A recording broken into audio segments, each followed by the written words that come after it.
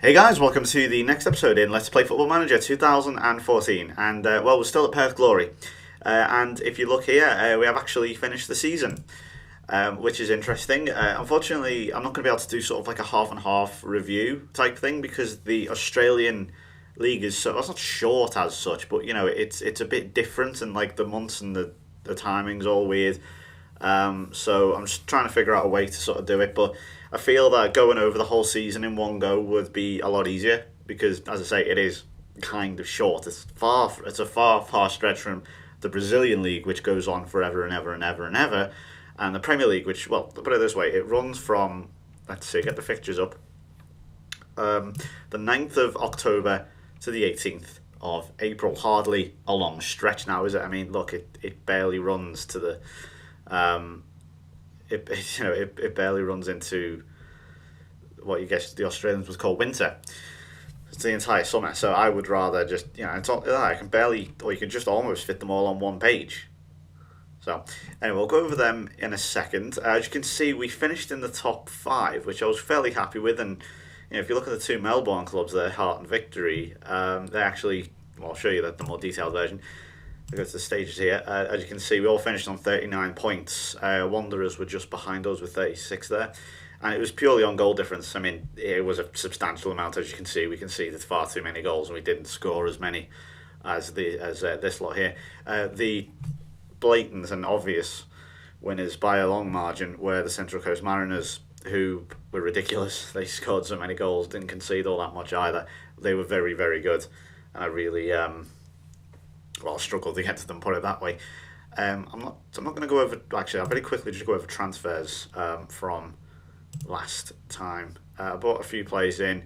Lassana Diarra, he would be sort of my unofficial marquee player. You can have something called a marquee player. I'm not quite sure how it works at the minute, but I just noticed he retired in 2013 from international football. How old is he? Like 25, 26? I don't know. That was weird. But the rest are all regens and things. I was trying to show you very quickly a few. This is Oscar Alejandro. He's only 19. He's from El Salvador. Zaim Zanelli, who is a real player, I believe. He currently plays for Dandenong Thunder. And he was actually at the Central Coast Mariners as well for a while. Managed to snap him up on a free. His main duty was to tutor my up-and-coming goalkeepers, who both look very good. Let's see, just a few other players I've not mentioned previously. Stanislav Ivankovic. Yes, that's another Ivankovic. You may remember him from the old Liverpool save. He's good. He's pretty decent. He's from New Zealand, even though Australia should say, even though he is like part Croatian as well. So he looks quite decent. Who else have we got? Again, I'm falling foul of players like here, Graham Little, who should be decent. Chris Halligan, decent players. The problem is they're still falling foul of this full-back glitch, which I hate to keep banging on about it, but honestly, the players, and this guy as well, the Peruvian guy, as you can see, he's been let go. It's because they're so bad, and you're looking at it thinking, well, they don't look terrible, but I'm talking like having ratings of 4, 5 every game, not just an occasional game, almost every game. 1 in 10 will be a 6.9, and even that's not that great.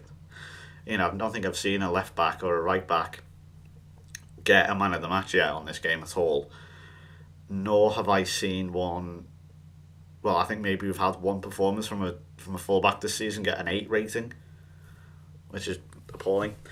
I've let a few players go, also including my marquee signing, 33 years old. I may regret that later down the line. Paul McGowan, but I just did it, and I let a few other players go as well. Stuart Duggan, who, again, I had to it's the fullback glitch again. He just annoyed me, and this was before I knew of the glitch. I just thought these were just flat out bad players, So this is just my team at the minute. As you can see, it is very small. The interesting thing I may have mentioned previously in the last video as well is that you have to really look for the finances and things. And if I go to over here, the home, see we're in the red at the minute, but that hopefully this high-ish finish should help. As you can see, the finances are all a bit over here, and I don't know why. It's a bit different. And also one thing, if you are going to plan to go and manage in Australia, squad registration is very odd. This is not a complaint about the game. This is just like something I don't understand, and I just feel is a bit. I don't know what you could say. Backward, I guess. It's if you don't register a player who's over the eight, who's if you don't sign a player who's got a professional contract for the league, registered to play, he gets released. You can't sit, on the bench. You can't play in the youth team, anything like that. They just flat out get released, and there's nothing you can do about it. So, if you've got an 18-year-old you just signed to a contract, but you don't want to include him yet, you want to send him on loan, but he's not registered, but you can't find a loan team, someone to loan him out to. You've got to let him go, which is ridiculous. I don't understand it at all. So that's why a few of them have. That's why I've had to let go of a few players as well. At the minute, loads of potential, not much ability. Timothy Hancock looks to be this main guy. He looks pretty decent. He's a target man. He's 6'6", decent. He's got very good jumping, good work rate, good heading, even decent free kick taking. He's pretty good for this level. Mark Brodie is my main striker. You'll see that throughout the season once we go over the fixtures. His finishing's only 10, which isn't great, but bear in mind this level. What we are going on about here. Graham Stevenson's only 22, looks pretty decent. Again, he's a centre forward, but with a finishing of 9, not great. Composure of 10. We are struggling here in terms of goals. I think Alejandro is an interesting player. He's only 19. He's still got to develop. He's already played for El Salvador. It's not difficult to do, I imagine. But half decent pace, I guess. He can only get better from here. And we'll see how he does. So this is currently, we've got a few other good players coming through. This guy won't make it instantly, just ignore him. But Nathan Slater looks pretty decent. I mean, this is a striker with finishing at 8, for goodness sake. He's got a bit of acceleration about him and a bit of aggression, as you would expect at that age. But he's nothing that special at the minute, but I hope he will become good down the line. So too Damien Bennett down there. Let's have a look in the youth team. They are, as I mentioned as well, they do have pretty decent youth prospects. Jared Dawson looks to be a really good one. I'm trying not to sign him to a pro contract yet, because I'll probably have to release him, which is ridiculous. I've also got Lewis McCriskin, goalkeeper, looks fair enough. And the rest, as you can see, Graham Little are annoyed because he is falling foul of this glitch. So, it's a bit of a problem, I guess. Incidentally, you may have noticed we have a Hyundai Series elimination final to play.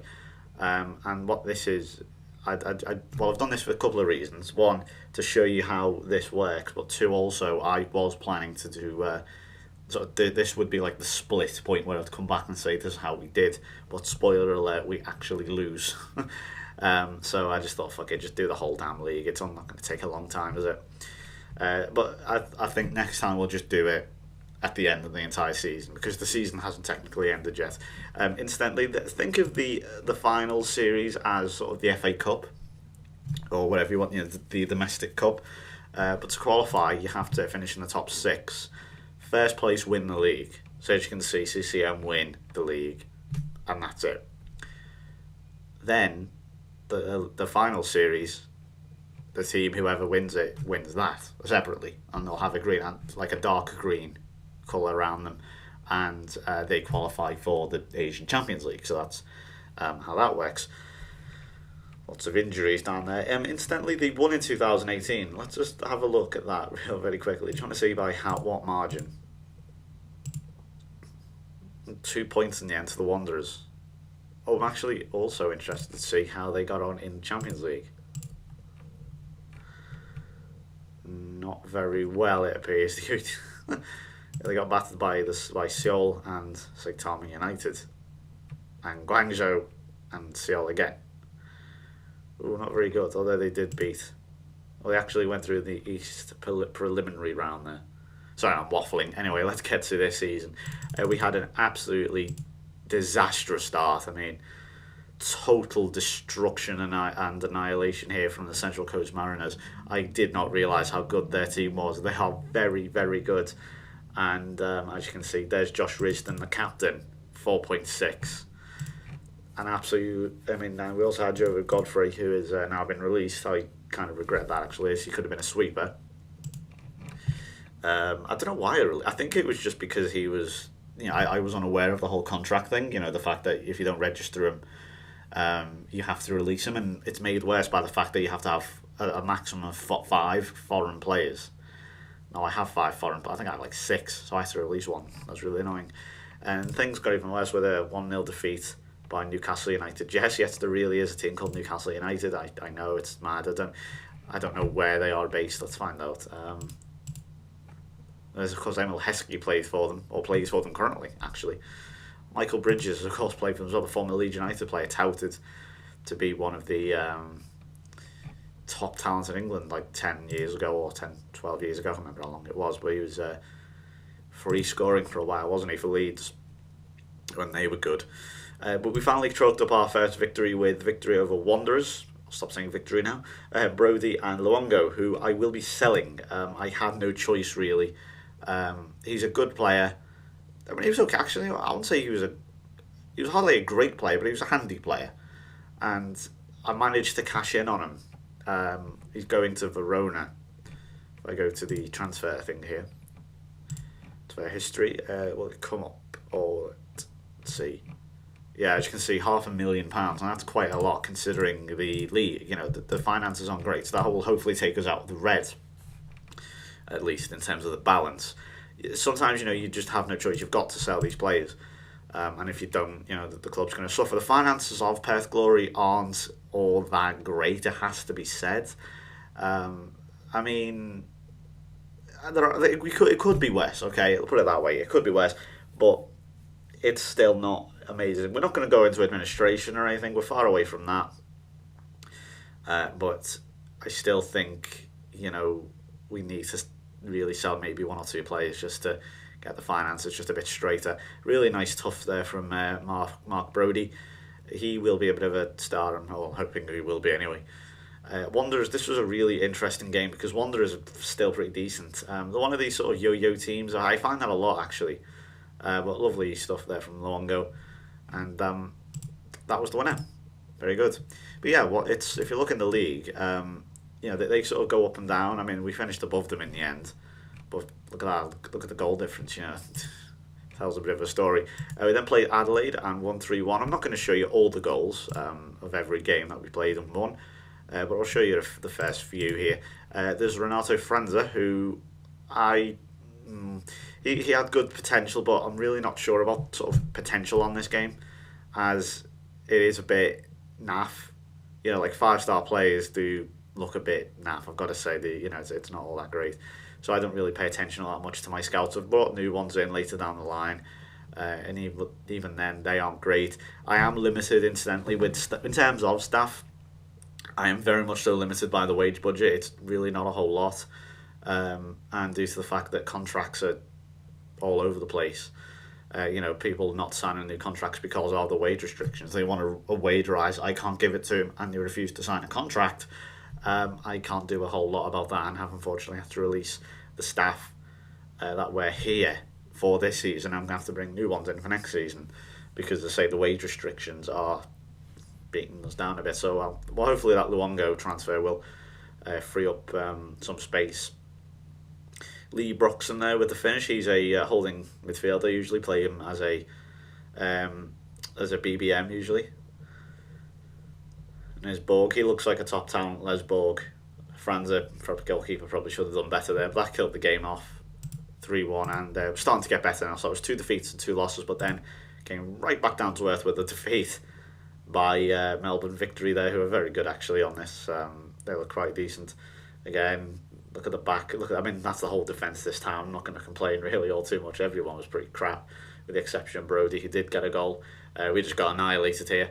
Wellington Phoenix, yeah, that is Wellington from New Zealand. They actually play in the Australian A-League. Beats me. Franz is scoring again. But look, there's me right back and me left back. 4.8 and 5.2. I mean, come on. Kind of a bit silly. Brisbane Roar, one of the weaker teams. It really isn't like a weaker team as such, but if you had to call one, it probably would either be Brisbane, maybe Adelaide. Newcastle have had a bad season, although they will bounce back in the future, just to point out.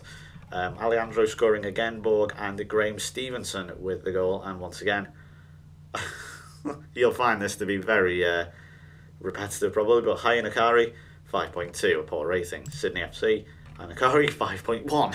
Can I just point out, He has for look. I mean, would you say his stats are okay? I mean, well, mentally he's non-existent. I mean, look at them; they're appalling, and technically they're not that great. Physically, he's not bad. Jump and reach is probably actually that should be a lot better for a left back. 1-1 against Sydney, who a good team, second place, behind the CCM. Respectable draw at Sydney. I was happy with that. Alejandro again with the goal. He looks to be proven to be a bit of a good buy from El Salvador. He was a free agent as well. And they have a player called Gay. But yeah, there's Alejandro. Nice finish. Right on half time as well. So we got a bit lucky there. The Melbourne Heart 1-1. Alejandro scoring again. Bloody hell. That's doing quite well. There you go. Heinekari having a slightly better game this time, but I'll show you his goal again as he does make a habit of scoring in the 40th minute, doesn't he? Or the 40s, I should say. The goal scorer and captain there, Sasa McFarlane, is a very good player. He always gets near the top of the high scoring table. Again, he just pops up in these positions and whacks them in. Alejandro, he's very, very good at that. And that was the first run of games as we played. You play each other 3 times. I don't know what contemplates, home, or away, or something. I don't know, but yeah, it's weird how it works. We then played CCM, Central Coast Mariners, once again. I don't know why I say Mariners. Sorry about that, it's Mariners. Lost 3-1. We at least did score this time. Again, the defence having a shocker. Alejandro went missing, but I can't blame him. He scored 3 games in a row. Brandon O'Neill there, who is a real life player actually. He's only 19 in real life. As you can see, we're in 2021 now. He's very good. I will be making him the captain further down the line. We beat Newcastle Jets. We got a bit of revenge, I suppose, for the last game. Nathan Slater, there's that youngster I was telling you about earlier. He just came into the team. I thought, sod it, let's just play him. Let's see how he goes. And he actually he scored 2 on his debut, put it that way. I really wanted him to get a hat-trick, but that unfortunately didn't happen. And I was really super impressed by him. He does fizzle out later on, so I don't think he continues this form. Let's see what happens here. Slightly lucky, I suppose, some of these goals, but to be fair, 17 years old, you can't complain. Lovely finish as well. I don't know if that was a header or not. You can't tell from this. You can't tell from this 2D classic, can you? But I really enjoyed this. He was my player of the match as well, I think. Hancock, 6'6", spit it out, with a flick on there. I'm trying to get the team to do it, like target man, throw it to him. Hancock with the flick on, Brody, Stevenson, Slater, whoever, coming through and applying the finish that works so well. Fortunately, we lost to Wanderers. They got revenge on us. Slater did happily score again, however. Again, the defence having a bit of an issue. 2-1 versus Adelaide. Slater again scoring, and Brody, who is going to go on a bit of a free scoring run in a minute, or shortly. However, we did lose again to Melbourne Victory, which was a problem. Let's see, Slater did play. Heinekari slipping back down. Duggan again, poor performance. Is it the glitch? I don't know. We beat Wellington again. Not again. Sorry, we drew with them. That's right. We beat them this time. Borg and Hancock with the goals. I'll show you these very quick. Again, you may notice it's always like a 2-1 or a 3-1. We do struggle to keep clean sheets. That must be said. Please, no sex jokes in there. Please. Timothy Hancock is fantastic at that. He just absolutely smashes them. From what I believe on the Post Your Frustrations thread on fmbase.co.uk, that is pretty much the only way people have scored free kicks so far. No one appears to have bent a free. I mean, this could be complete rubbish, but so no one appears to have bent a free kick or had a mad goal going. They've all been what we've just seen there from Timothy Hancock. Just smashes them, absolutely lashes the damn thing through the wall. So. Then we played Sydney, lost 2-0. Probably should have done better here. Actually, I had to play some youngsters. I had to play Wayne Screer here, who's not very good. That has to be said. Don't know why I've still got him, actually. He will be leaving soon. And he had a shocker. Les Ball also playing poorly, and Brody as well. You look for them, impact players, and that just didn't happen. We beat Brisbane again. Ivankovic. Oh, God, I've got to show you this game. Jesus. I've never gone so crazy in my life. Well, actually, I probably have. Um, this was, yeah, it's probably the maddest I've gone at FM14. I've also played Lewis McCriskin. I thought I'd give him a game. Nearly backfired on me, I've got to say. But as you can see, we went 2-0 down, as you'll see in a minute. Actually gave Slater the number 10 shirt at this point. Yep, 17-year-old number 10. They also have a player called Borg, Shane Borg. He's actually very, very good. And as you can see from now, it's 2-0. 60th minute, 2-0 to Brisbane. I'm thinking, what on earth is going on? You know, so at this point, we're like, just overload, high defensive line, take more risk, be expressive. You know, everything is like set to attack, ultra offensive. And Mark Brodie here turns the style on brilliantly. Look at that. An absolutely wonderful goal from Brodie. And then this is the 91st minute. Josh Risdon, the captain, come back there. It's finally FMG's working in the right direction for once. And there's the 95th minute. Ivankovic. Wow. I ran around the room like crazy when that went in. Superb stuff. 2-2 was the game against Melbourne Hearts. Brodie again scoring with Alejandro. Slightly disappointing 2-2 draw. I think FMG's did. Let's see, did it? No, we fought back. I couldn't quite remember this game, as I do like to play ahead. If you're all wondering, these are recap videos, just in case you are new or whatever. But there's Graham Little playing. You'll probably see him play poorly. You're probably seeing that big load of red dots in the fixture list coming to the end there, so we'll get to them in a bit. But 2-2 against Melbourne Heart. Wasn't too disappointed with this. It's a home. You probably should win your games at home, most of them. But Melbourne Heart, I thought it was okay. Brodie there, nice finish. Diarra getting forward. I've pulled Diarra back a bit much more now. He's not playing as such an offensive role as the game goes on. I don't even think he scored this season, saying that. Zanelli probably should have done better there. I don't know what he did. Did he fall backwards or something? He seemed to move in a very weird direction. But here's Stevenson, Diarra, and to Alejandro. I am saying Alejandro right. It is, how you say the Lady Gaga song, I think. But yeah, good game. And we actually beat the Central Coast Mariners. Mark Brodie with 2 goals. So you can see we were improving as the season went on.